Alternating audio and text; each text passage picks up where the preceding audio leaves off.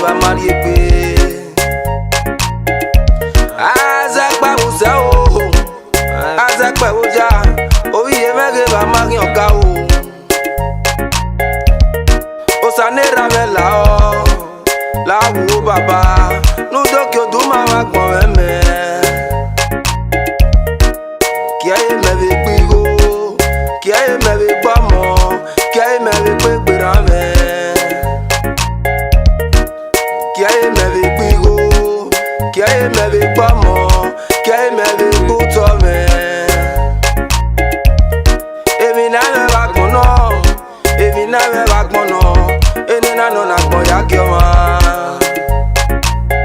Baba o Evina me bak mono, Evina me bak mono, Enina non arioja yo.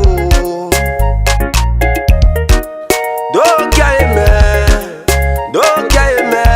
niga arioja wo biwa me o.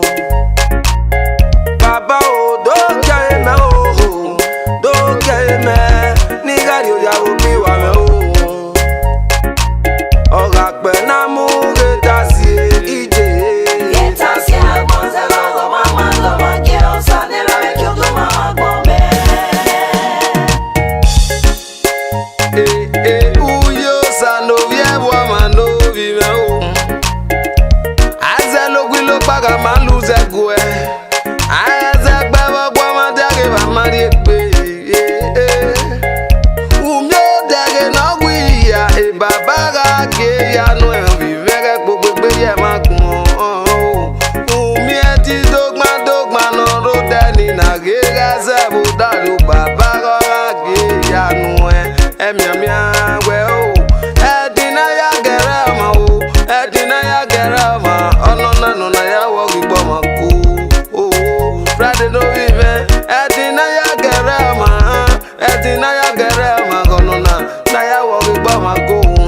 Me no vi yo na wa we ga kian iba wo ku ga ki lo ku o, Ipi ya ba magi lo ge o o, Azaka no gbe na babo